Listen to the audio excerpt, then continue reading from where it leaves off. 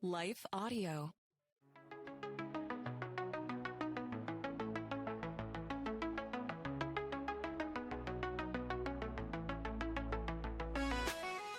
Hello, and welcome to the Confessions of a Christian Alcoholic podcast. I am your host, John Seidel. This is your home for real stories, radical vulnerability, and remarkable comebacks. In the end, this podcast is a place for the desperate, the downtrodden, the destitute, and especially the drunk. But it's also a place of hope and healing. I know that firsthand because I'm the Christian who became an alcoholic, not the other way around. Today, I've found sobriety after decades of struggling. But more importantly than finding sobriety, I found Jesus. My prayer is that as I interview people just like you and just like me, along with professionals in the fields of trauma, faith, and addiction recovery, you will find the peace that is available to you through Christ on the other side of whatever you're going through and whatever addiction that might be. Because let's face it, we're all addicted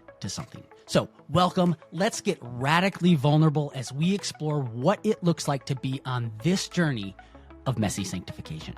We'll be right back after this. How do you answer this question?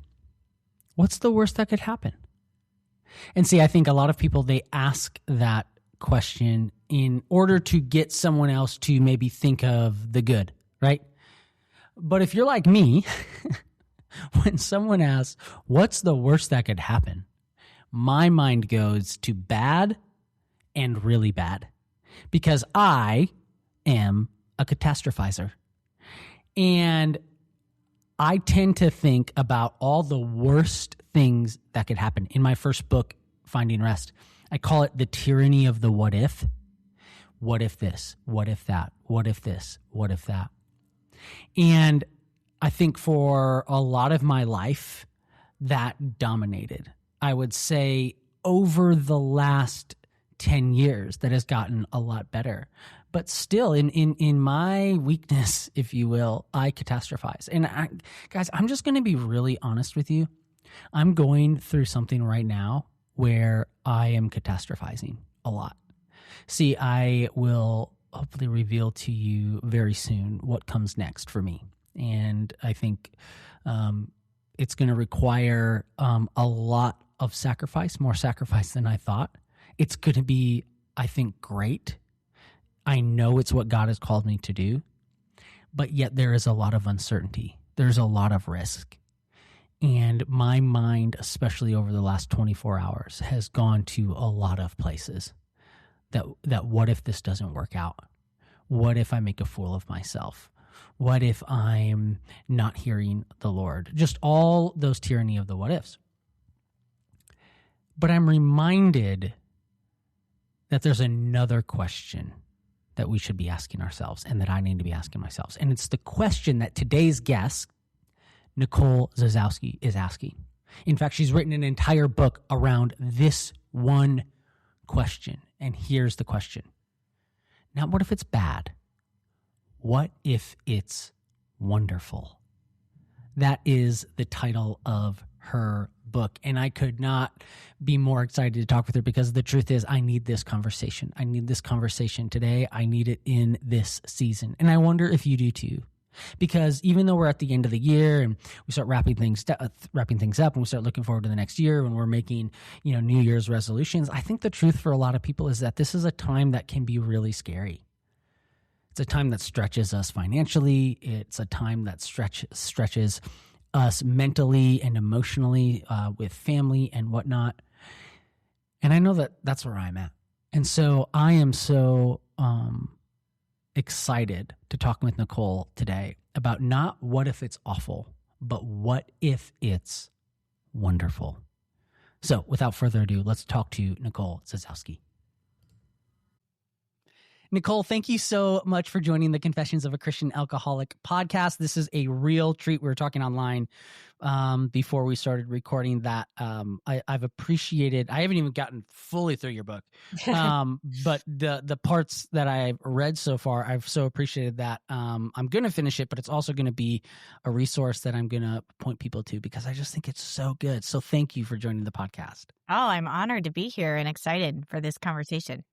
So the book, What If It's Wonderful? I think one of the things, and we'll just kind of jump into this in a second, but one of the things that I think is important is I know that as I was in the throes of my addiction, that the catastrophizing, the not being able to see what the other side looked like, Sure, kept me stuck. But before we get into that, you kind of have, and you outline some of this story in the beginning parts of the book, but obviously you're not an addict, but you went through a lot of pain, especially as it relates to children. And so just kind of give us a brief overview of that story and then kind of what led you to writing What If It's Wonderful?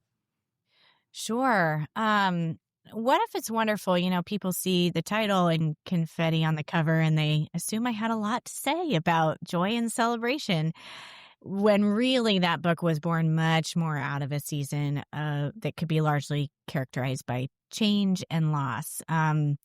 There were lots of changes and losses embedded in that season, but I would say it started with a sudden and painful move across the country. I was very comfortable in our old home in California, in our old community, and we moved pretty quickly for my husband's job. And that actually revealed a lot of addictions of the heart for me in terms of my need for approval, my performance orientation. My personhood and my performance had become very fused. And so when I moved to a place where no one knew me, I had to start over. Nobody cared about what I had accomplished elsewhere. I really had to confront a lot of things in my own heart. And that was the best and worst thing that ever happened to me. It was really, really good to be stripped of those entitlements and comforts, because when you're left empty-handed, as you know, you're able to receive Christ in places that you were tempted to replace him. And then, you know, shortly after we got here, we're on the East Coast now, and we wanted to grow our family. And I assumed, you know, as somebody who was used to, if I work hard at something, I can make it happen. I assumed that this would be an easy process for me, naively. And we discovered a medical diagnosis in that journey that basically means every time I get pregnant, I have less than a 50% chance of getting to meet that baby this side of heaven. Wow. And how that actually played out in our story, I'm very, very, very thankful to have my 3 children. How that played out initially was 5 miscarriages. And we had one of our children in the midst of those 5. But just a lot of loss, knowing about this medical diagnosis. You know, our joy was accompanied by a lot of fear. Every time I got pregnant, we were celebrating the hope of that and the anticipation of meeting this child that God had created. You know, there was always the other side of that, which is what if we don't? And so coming out of that, what I realized, even though when we started encountering some good news and some breakthrough in our story, I realized I was hesitant to embrace it because of that practiced protection of cynicism and pessimism that often accompanied my joy. And I was really grieved. You know, nothing happened that made me come to this realization, but I woke up one morning and realized, yeah, I've experienced a lot of loss in my story, but a lot of the loss I've experienced has been my refusal to embrace the very good things that are right in front of me. And I thought, I don't want to miss out on my beautiful God-given life because I am so busy preparing for the worst. And so I did a deep dive into scripture. I did a deep dive into neuroscience research. As a therapist, I'm fascinated with how God made our brain. I think we're just discovering what scripture has told us for since the Yes. beginning. Yeah. And science is just catching up to scripture, but I'm fascinated by how God designed our brains. And I wanted to know, how can I do this differently? How can I actually practice joy outside of circumstance? How can I retrain my brain toward hope so that I'm not asking all the other kind of what if questions? What if I fail? What if I'm disappointed? What if I grieve? What if hope Hmm. only leads me to devastation?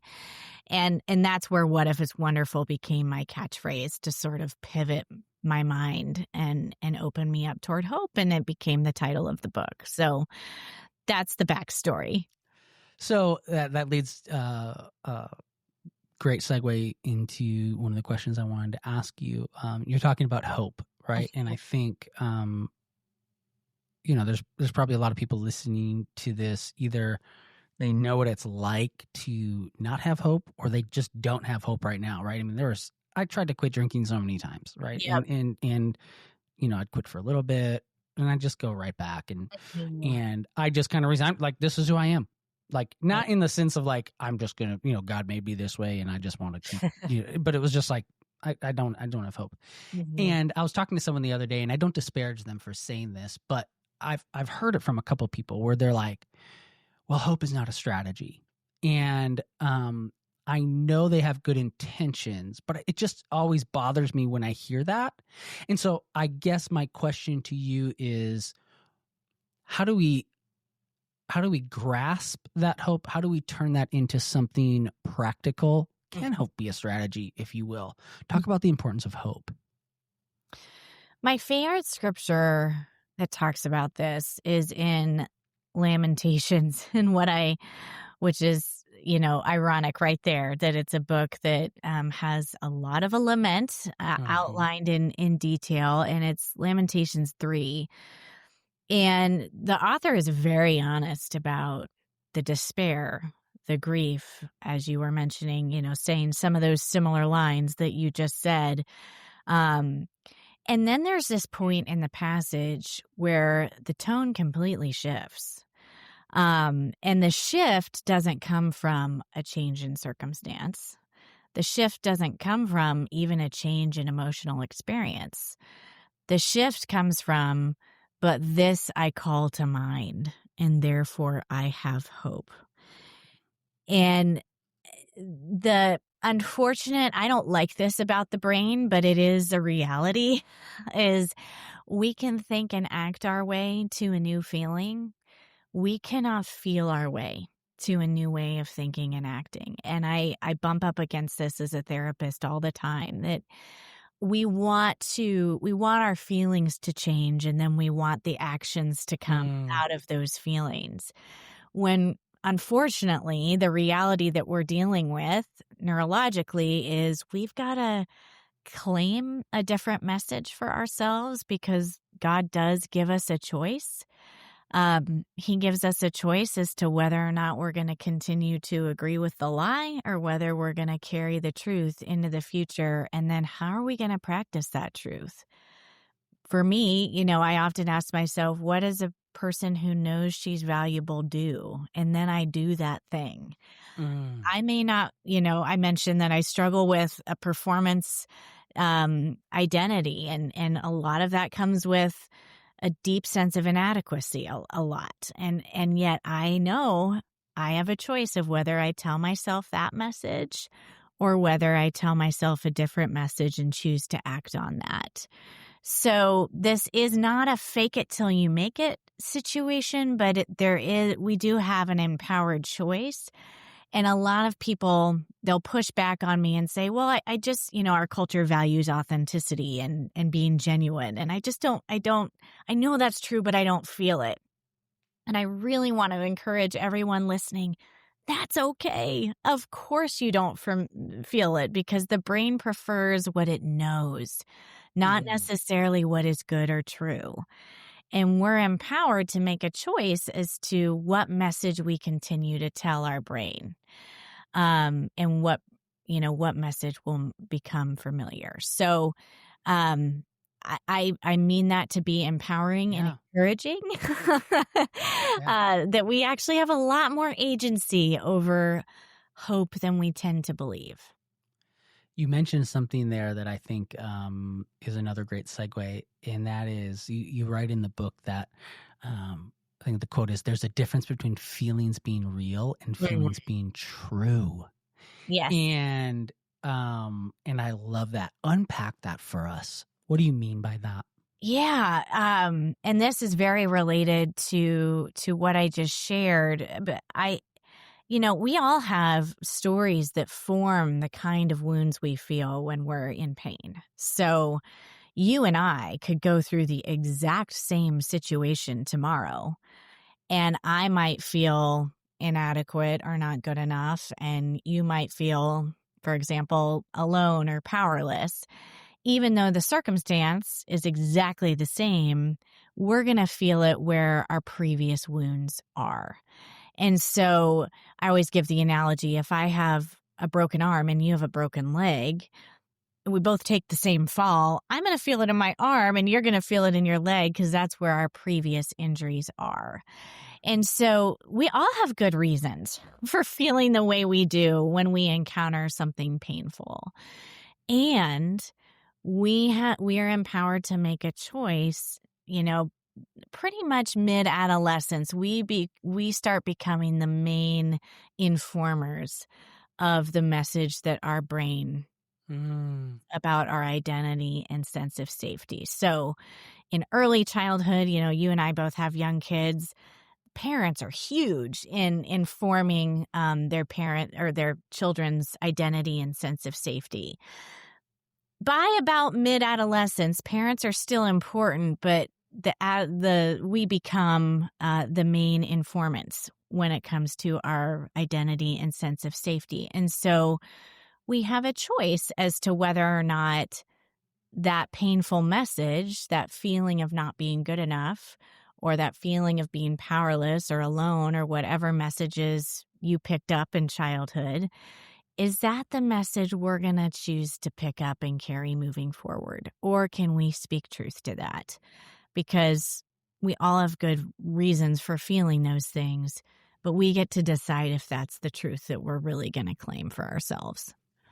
It's funny you say that, because I think as I look back at my own story, and I think one of the hardest things that friends and family members had an understanding when I finally came out and talked about my alcoholism was I started talking about the traumas that I experienced, and they're like, "So wait, you're drinking away like these things that happened to you?" I said, "No, but what happened is the traumas inform and create lies and beliefs about yourself that you carry with you your whole life." And I'm like, I'm trying to drink away those lies. I'm trying to drink away those beliefs, right? So it's A plus B, you know what I mean? Like, yep. And as I look back at my own story, absolutely, I can pinpoint almost exactly when I started playing those soundtracks in my head as an adolescent, right?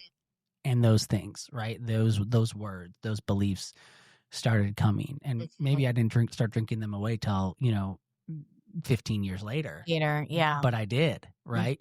So I think that's such an interesting thing that you pointed out. You talk about in the book that about shame, right? And I have a whole chapter in my book about shame as well. And I think shame is so big when we're stuck in addiction. I even used my rudimentary Canva skills to draw a shame cycle. Okay. I was so proud of myself. I don't have those skills. So yeah.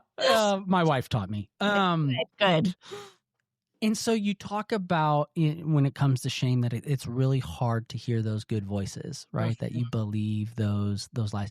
Talk about like how do we, and maybe this goes to what you were just saying, but how do we train ourselves to listen to the good voices and not the shame voices? Yeah. So the model I practice in my therapy practice is called restoration therapy. And as a restoration therapist, we would say that there's four main ways that we tend to cope or react to our primary emotions. So primary emotions are going to be either about who you are or your sense of safety in the world and your security. And then we tend to react in one, two, three, or all four ways: blaming other people, shaming ourselves, controlling, and escaping. Uh, Mm. you mentioned, Guilty. That was my last. That was mine. Escaping. yep. So shame and escape are good friends. They tend to go together. Um, and there tends to be a pendulum swing there. And I do want to point out that often we talk about shame as a feeling, but it is more of something we do. It's a way of, it's a Mm. posture toward yourself. So if you think of your little kid self standing in front of you and your adult self kind of shaking a finger, it's saying to yourself, stuff that you would never say out loud to Yes. someone else. Yes. And when that becomes too unbearable and too painful, we swing and go into that escape mode, or that's a very Mm. common second behavior to numb those horrible feelings. Because, like you're saying, it's the beliefs and the underlying emotions that are so unbearable. And then when we come out of that numbing escape mode, we beat ourselves up and we swing back into the shame. So that's why those two tend to go together. Um, but yeah, it's a posture toward yourself. It's saying what you would never say to someone else out loud. And so what can we do you feel like? Is it repeating those things to ourselves that we know are true? How do you counsel people on interrupting those shame cycles? Yeah. So again, this is restoration therapy related. We have something called the 4 steps, and I know you have something similar. What? Um, and it's not rocket science. It's naming that primary emotion. So again, those are going to either be something about who you are or something about your sense of safety. Naming how you tend to react. So it's calling out how you typically react that's not helpful. And by the way, none of us like these things about ourselves. Like, this is not, none of us proud of our step 2, but that's that blame, shame, control, escape. And obviously there's a lot of specific behaviors in each of those 4 buckets. It's naming the truth about that feeling. So that is a very real feeling, and I might have really good reasons for feeling that way. But is that the message I'm going to choose to claim moving forward? And then once we have that truth identified, how can I practice that truth? What does it look like right now? What is the next right thing to do to practice that truth? So if I typically blame, what does it look like to nurture the other person right now? If I typically shame, what does it look like to be self-valuing, to value myself right now? What if I'm typically a controller? What does it look like to collaborate and have a balance of give and take in my relationships? And if I'm typically an escaper, what does it look like to stay reliably connected and see this through? Whether that's to my own emotional experience or in relationship. We'll be right back after this. So one of the other things I think when it comes to shame that you say, you have this line in the book that I absolutely love. You know, when I think about my story, when I think about the stories of people that I've talked to that are similar, is we have to understand grace. Grace for ourselves, grace from Jesus. And yet you have this quote and you say, shame prevents us from celebrating grace. Can you explain that and unpack that a little bit? Sure. So when we make a decision to shame ourselves, we are essentially committing to being our own savior. and we are therefore rejecting the gift of grace and the saving grace that Jesus freely gives, because we are committed to earning our way with our own goodness. A common line that you'll hear people say is, I know I'm forgiven, but I can't forgive myself. Well, that's a very shaming statement to ourselves, and that's a refusal to receive the gift that Jesus has given us. And because he gives us a choice. He doesn't shove that gift into our hands. He doesn't force us to enjoy it. And it's essentially committing to try to save ourselves with our own goodness when we are committed to making the choice to shame ourselves. One other thing on shame, you talk about the 4 fig leaves that we use to cover our shame. Yeah. Explain those. I love that. Yeah. So, I mentioned the 4 ways that we tend to react to our pain. And you see, what I love is that, well, I don't love it because it's painful, but you see all of those behaviors right from the very beginning. So Adam and Eve, there's a lot of blame going on in that story. When pain enters the world, she did it. The serpent made me do it. And then there's obviously shame when they recognize, oh, we're naked, and they try to cover themselves for the first time. There's escape. They run away. They hide from God, whereas before that was a very intimate relationship with God where they felt fully themselves before him. And then there's, control and how can we see that really early on when they make the decision to disobey God in the Garden of Eden, where I'm going to be my own God. I'm not going to be surrendered and submitted to God. I'm going to trust my own joy over the joy that he offers. And so we see all 4 of those things right from the beginning. And so it shouldn't be a surprise to us that those are the 4 things that we tend to employ to cover ourselves when we're experiencing any kind of emotional pain. So in my own book, I talk about the difference between Judas and Peter, and talking about the difference between, godly grief and worldly guilt. And I read something in your book that I literally had to then, luckily, as we're recording this, I'm submitting final edits. I literally had to go back in my book and I had to include this because you had an insight here that I thought was so good. And you talk about after the resurrection, Jesus appears to the fisherman and Peter, and they're at the Sea of Galilee. Yeah. And Peter does something that I never noticed until you pointed it out. And Peter had denied Jesus 3 times. Like, you talk about the shame, and I had said, we know that Peter dealt with his shame in a healthy way because he went on to be Peter, right? Like, he went on to, but there's actually a better explanation, and you point out the story. Explain what Peter does with his shame after seeing the resurrected Christ. Yes, he runs to Jesus. And I love this juxtaposition to Adam and Eve, like we were just talking about, because in the Garden of Eden, when Adam and Eve sin and they're hiding and they're covering themselves, God's question to them is not, how could you? His question to them is, where are you? He pursues them. And so Peter recognizes this. He runs toward Christ. He's not shaming himself. He's an open recipient of Jesus's grace, and he is all about receiving that. And I think that's the difference between condemnation and conviction too, right?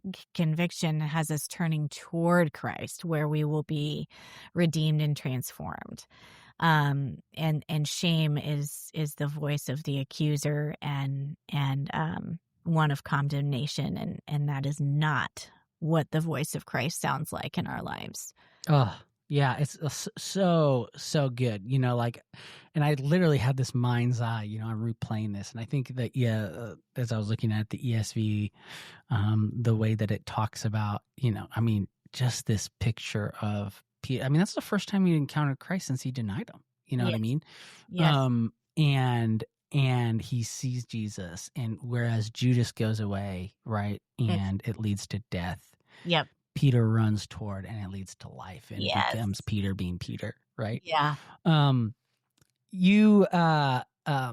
want to switch gears for a minute here.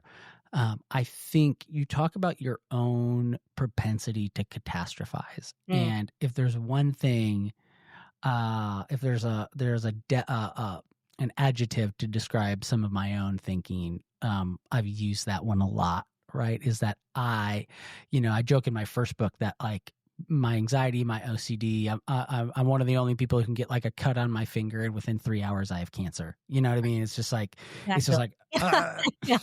And so, but you talk about, I guess I never saw this catastrophizing as a coping mechanism. Yeah. And that was a really helpful insight to me. And I think it could be for people listening. Talk about catastrophizing as a coping mechanism. Yeah. So it's a fancy form of control, in that we are trying to become invulnerable to surprise or a bad outcome by getting ahead of it and anticipating the worst case scenario. So a related form would be just pessimism, holding a lack of hope for the future. Catastrophizing probably takes that a step further and really throws gasoline on the worst case scenario. Cynicism is a similar but related, different but related coping mechanism where we doubt other people's motives and hold a lack of belief in other people, including God. But it's basically your brain trying to prepare you for the worst case scenario, thinking that it will take the sting out of that outcome should it happen. But here's the reality, and the research is pretty clear on this. Even if, and that's a big if, even if that worst case scenario should happen, having anticipated it and prepared for it actually doesn't lessen the pain of that outcome if it should come to happen. So what you will do is dull all the delight in the meantime, rob yourself of the hope and joy as you prepare, as you in the present moment. And you will rob yourself of all of those good things because you're anticipating the worst case scenario. And you won't protect yourself at all. So that was a good wake-up call for me, because controllers, I'll raise my hand here, we tend to think that we're being responsible and prudent. And, a lot of people call themselves realists. I'm not a pessimist. I'm just a realist. No, you're not. You're trying to anticipate and become invulnerable to those unexpected and hard outcomes, and instead of waiting with hope to see what might God do. So I want to turn that then to addiction, right? Because I think, and I know I'd mentioned this earlier, but there's a lot of catastrophizing that I think goes on in our minds when we're like trying to imagine what life is like without alcohol. Yeah. I'm not going to be able to this. It's going to look like this. It's going to be this. I'm going to be this way. And actually, I'm better drinking because otherwise I'm going to do this as a result of that. So I think specifically when it comes to addiction, how do we take that catastrophizing and put it to bed? Well, I think being able to speak truth to whatever the underlying feeling is. So anytime you see something in those 4 categories, blame, shame, control, escape, those things do not happen in a vacuum. They are always rooted in pain. But they're often the thing we're going to see first, because if you think about an iceberg, it's the part of the iceberg that's above the waterline. So That's okay. It takes a while to recognize those primary emotions when they're happening before those reactions show up. But being able to say, what am I feeling? I must be feeling something about myself or about my circumstances. So am I fearing failure? Am Mm. I feeling vulnerable? Because I haven't done life sober, and that feels really scary. And then being able to speak to that feeling, and that's important because if we don't know what the specific pain we're experiencing is, we might be speaking very true words, but they're not targeting the pain we're experiencing. So, Mm. for instance, if I am feeling powerless or um, hopeless about the future, and I tell myself that I am deeply loved and valued. Well, it is true, I'm deeply loved and valued, but it's not speaking to the pain that's driving the catastrophizing around Right. life without drinking or whatever you're catastrophizing about. So being able to name the pain that's driving that catastrophizing is really important because we got to make sure we're speaking to the right thing. Mm-hmm. So, you said something there. You said a word there that I want to hone in on and use it to unpack another topic you talked about. You talked about maybe a fear of vulnerability. Mhm. One of my 4 steps, I talk about radical vulnerability, which is really just true confession, right? Yeah. It's true confession at the back. It's not just, giving a little bit like, well, I'm struggling with this. It's like, no, here's what I'm doing, right? Right. And so you have this quote in the book. You say, confession and apology feel scary when you have told yourself you are only as good as your last performance, but there was no other way through the other side for this friendship. And you're talking about this story, this very, I mean, I felt secondhand embarrassment for you Yeah, in this bad. in this story. So Yeah. maybe you could tell a quick version of that story, and then the power that you found in confession and Mm. radical vulnerability. Yeah. So the quick backstory here, and you can read more details in the book if you're curious. But I was really struggling with one of my friends, and um, I sent a text while I was at her house to another friend, like, please pray for me. I am really struggling in this friendship, and it's hard to be here right now. And I accidentally sent it to the friend whose house I was at. Oh my God. So bad. So I had no choice but to confess. There was no unsend back There then. was no unsend. Yeah, man, did I wish there was. But it also forced me to have what I should have done in the first place and brought it to her and confessed how I was feeling, but also, now I was confessing being gossiping and not bringing it to her and finding it easier to talk to someone else about it. And gossip is false intimacy, false vulnerability. It's a way of feeling close to someone without actually having it cost you anything. Oh, interesting. I've never heard. That's a great little nugget. Yeah. It's pretty, and once you start to see it that way, you'll see a lot of how we're all just making an attempt at intimacy without actually having it. Wow, so good. Yeah. So I fully participated in that. And, um, when you are used to, so my thing is I control with performance. That's how I tend to protect myself from that feeling of inadequacy, like I explained earlier. And when performance is your thing, your value and your identity is only as good as your last performance. And so confession is scary because you're owning, oh, I messed up. This was a huge crack in the facade I work really hard on every day when I'm feeling that inadequacy. And so in that moment, basically I was cracked open and discovered that actually confession and being able to own my imperfection was very freeing.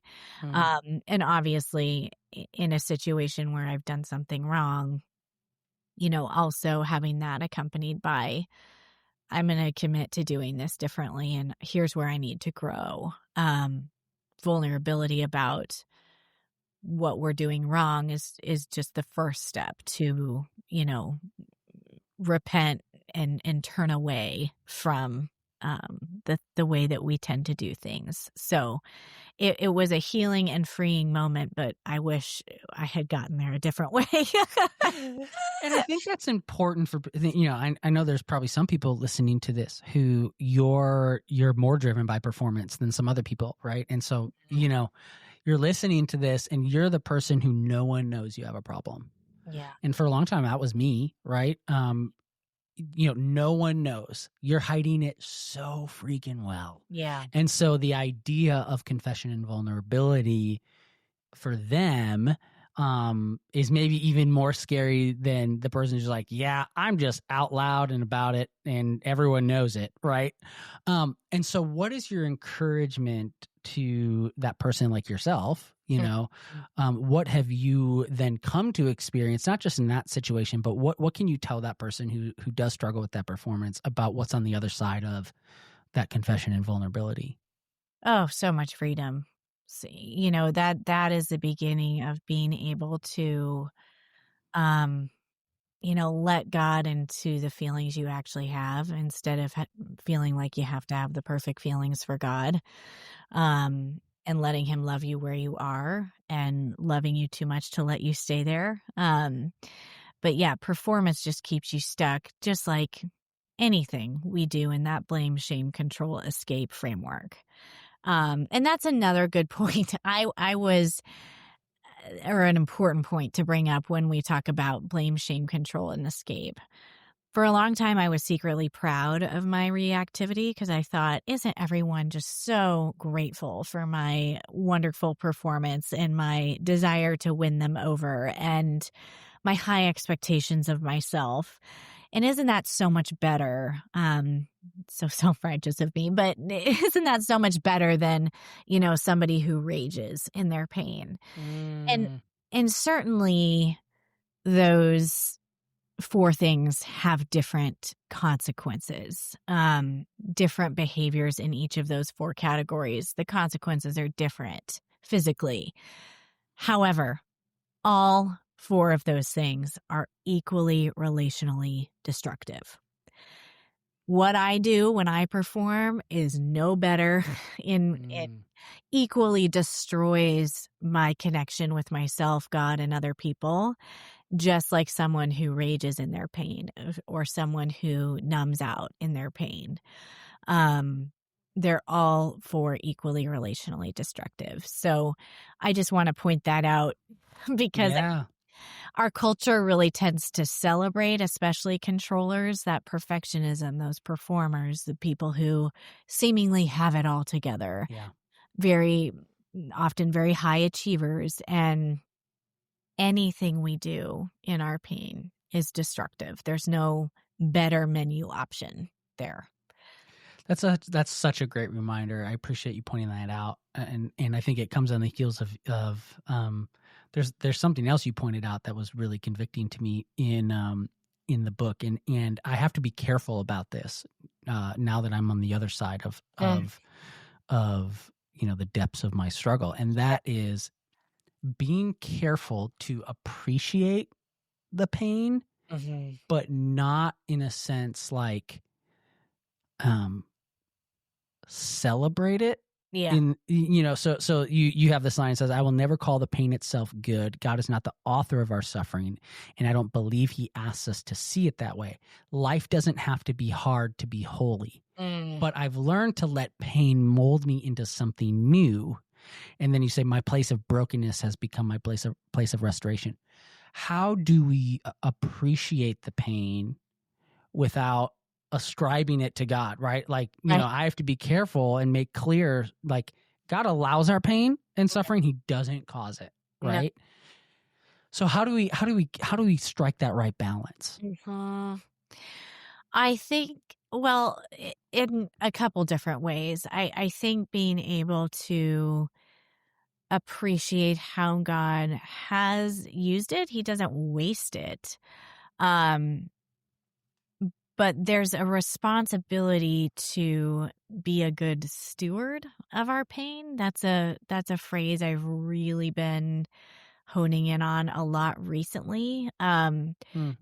Because I think it swings between, it's the third option in two cultural extremes that we tend to swing between when it comes to our emotions. One is sort of the mind over matter, feelings don't matter at all. Just tell me what to do and do it.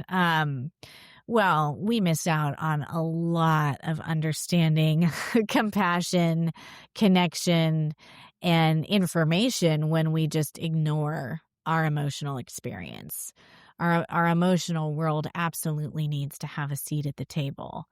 But on the other extreme, it cannot dictate the dinner conversation, is what I often say. Like, it needs a seat at the table, but it's not going to dominate the Yeah. conversation.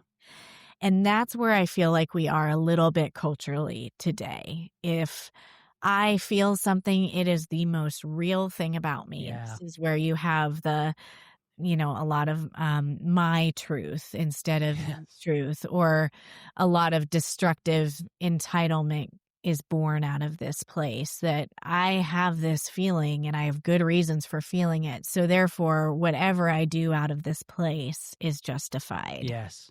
And that's just destructive entitlement. That is not stewarding our feelings well.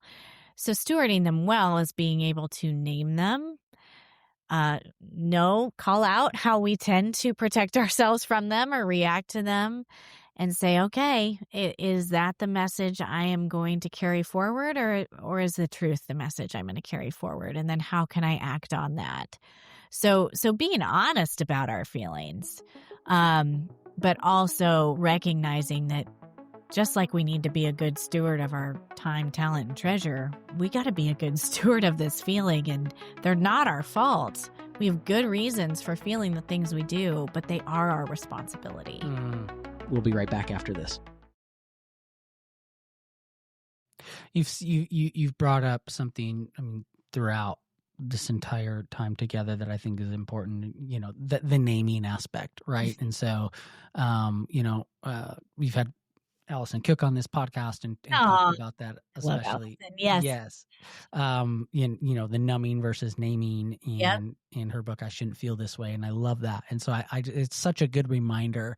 And I just think it's helpful to hear it, from someone else, right? That the naming is so important. And I talked about in my first book, Finding Rest, that like naming something gives you power over it. Yeah. And we see that from Judeo-Christian, values, right? Like we were told to name the animals, right? Right. And that showed a dominion over them. And so when we name what's going on, we gain power over something. I just think it's really important to call that out, that you've been talking about that. And I think that's really great. The last question I want to ask you is, you've talked about how your heartbreak, your pain has given you a different relationship with God. Yeah. You say that there's an intimacy between the two of us that's been forged from heartache. And I think there are a lot of people who, even though I've gotten through kind of the throes of my addiction and I'm in a great place, like there are still times, where I sit there and be like, oh, I wish I didn't have to go through that, or even sometimes I'll be honest, I'll look at someone having a drink and be like, I wish I could be that guy. Like, I wish I could have a healthy relationship with alcohol. And yet I look at what has come of this and I say, my relationship with the Lord would not be what it is without this. Like, it has thrown, there's the quote from Charles Spurgeon, like, I've learned to kiss the waves that throw me against the Rock of Ages. Yes, one of my favorites. Yes. So I would love to hear you kind of unpack and describe what has your heartache, that quote, there's an intimacy between the two of us that's been forged from heartache. Can you unpack what you've learned from your pain? Sure. And this is bringing us full circle. I think going through that season of the sudden move and all those miscarriages and other heartaches we experienced in that season, of course, it's not the story I would have written for myself had God given me the pen. Yeah. And I can see where it absolutely was the thing that pulled my fingers off of entitlements and comforts like my own performance, like my own perfectionism, like the approval of others, the need to prove my identity and value through different opportunities or accolades. And, I would love to say that I would have let go of those things on my own and recognized the freedom in Christ is the better way. But I can't say that. I think that pain, confronting that pain, really shined a light on the what Augustine would call disordered loves, very good things in my heart, gifts no one would fault me for wanting or loving, but were standing awkwardly in the wrong position in my heart. And when you confront pain, you're going to feel the disorganized loves in your soul, Yes. because you will discover that they have promised a lot more than they can deliver on when life gets hard. They do not bring the peace and joy that only Christ can give. And so that's what that hard season gave me. It reorganized what I love, and it allowed me to receive Christ into places where I was adding to him. I've always been a believer since I was a young girl. I've had a relationship with Jesus my whole life. And yet those were the things I tended to add to Christ for my value and safety. And they just fell off when I encountered that pain. And I'm really grateful because Christ is a lot better in that position than any of those other gifts. What a great way to end our time together, because I think not surprisingly, I talk about in Confessions, misordered is disordered, right? Yes. Is that, and then, so you can go through the medical definition, whatever. Yeah. But in the end, again, and I quote, I have that quote from Augustine in the book, is that when we put anything above Jesus, it is disordered, right? Yeah. And so that is misordered is disordered. And so I love that you drew that out. Absolutely. If people, Nicole, want to go grab your book, if they want to invite you to speak, if they want to, I know at one point you were doing some retreats, but if they just want to keep up with you and what you're doing, where should they go? Sure. So my website is a great place to find me, NicoleZasowski.com. I'll include the link. NicoleZasowski.com. I hang out on Instagram the most with social media.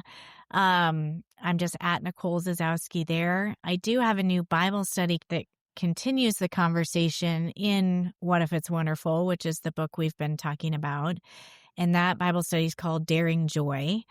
And it explores the stories of 6 women in the Bible who each challenge us in a different aspect of joy. And again, continues the conversation in What If It's Wonderful, which is mostly what John and I have been talking about today.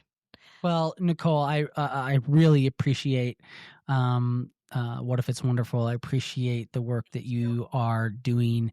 Like I said, I'm going to be including What If It's Wonderful as a resource for people who want to go deeper in the topics that I bring up in Confessions. So thank you so much for your time. Thank you for what you're doing. We really appreciate it. I so appreciate being here. Thank you. We can think and act our way to a new feeling. We cannot feel our way to a new way of thinking and acting. Oh, my goodness. Like I needed that, guys. I needed that. Did you? Because here is the truth. I can find myself and have found myself stuck in some cycles, some thought cycles, especially lately. And boy, here's the thing. Like, it is true that you are feeling a certain way, right? It does not mean that those feelings align with truth. And I think we forget that, even subconsciously, right? Because I think sometimes we get defensive, like, what do you mean? Yeah, I'm feeling that way. I heard my wife say something. I heard my spouse or my husband say something. Yes, I'm feeling that way. Yeah, it is true you are feeling that way. But it does not mean that those feelings are aligned with truth. If your spouse did not intend to hurt you, you can still be hurt, but it doesn't mean that it aligns with the truth of the intent. And I think we need to remember that. And so when Nicole talks about thinking and acting our way to new feelings, we have to embrace that. Reminds me, my friend Dr. Lee Warren is coming out with a book on something he calls self-brain surgery. He's going to be talking about this in the spring. He's going to be coming on this podcast to talk about it as well. But the idea is that we can perform self-brain surgery, and it's what science is doing to catch up to Scripture. It's the renewing of our mind. And so I think what Nicole talked about there, what Dr. Lee Warren is going to be talking about coming up on the podcast in a couple months, is going to be so important. If you needed that today, let me know. You can go to christianalcoholic.com, and there you can do a variety of things. You can fill out a form and let me know what you think. Listen, even though we just passed 100,000 downloads, I still read all the messages you send me. I think I respond to most of them. And if I haven't, it's just been gross oversight, or I should say accidental oversight on my part, not intentional. And so let me know what you think about this episode. You can also at christianalcoholic.com purchase the book, Confessions of a Christian Alcoholic, still 30% off through the publisher. And there's also some bonuses you can get there. You can see where I'm speaking. You can request for me to speak. And I real quickly, just let me say this, I had the opportunity to speak at an event this week, and it just reminded me how much life that I get personally. And I think when we're walking in our purpose and calling, we get life from things. And so I just want to let you know that if you go on my website and you fill out a form to request that I come speak, don't think that is a, tens of $1,000 endeavor, right? I make things work for you. And so I work with all types of budgets. You can just ask people where I've spoken about that. So if you want me to come speak to your church, your small group, your conference, your whatever, just go to christianalcoholic.com, and there on the website, you will find a place to request me to come speak. And I would love to do that, because it's what God has called me to do. It's what the Lord has told me to do, and I get a lot of life in meeting you and talking with you. So please go do that. Once again, thank you to our partner, lifeaudio.com. We would not have surpassed 100,000 downloads without Life Audio, who has believed in this podcast from the beginning. So go check out their other podcasts. We will have a podcast next week, even though it is Christmas Eve. And so I just want to let you know that I have plenty of stuff ready to go. And the truth is that we still need the gospel. We still need these truths that we talk about on this podcast at Christmas time, and especially at Christmas time, because I think it can be lonely. I think it can be emotionally draining. There can be issues with family, issues with budgets that just make us feel like I've been feeling, right? Which is why I needed this conversation with Nicole. So love you all. We will see you next week.